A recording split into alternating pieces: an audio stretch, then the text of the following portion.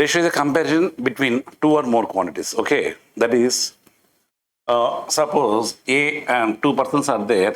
His salary is 4,000 rupees, and this person's salary is, say, that is 7,500 rupees.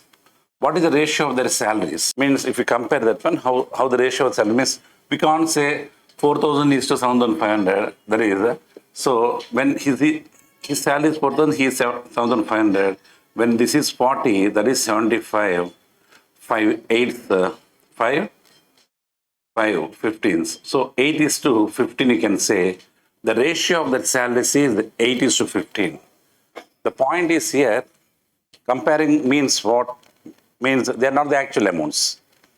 8 is not the salary of A is not 8 and salary of B is not 15. But if salary of A is 8, if it is 8, then B definitely must be 50. If B is 15, A is 8. If B is 15 lakhs, then A is 8 lakhs, that is. So it is just a comparison. So with respect to other person, that is, with respect to other quantity.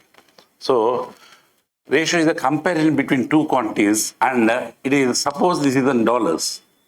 This is in dollars. Then dollars will cancel and will get only terms. So the point is here, that is, we have to compare with the ratio of the quantities of same units also. Same units.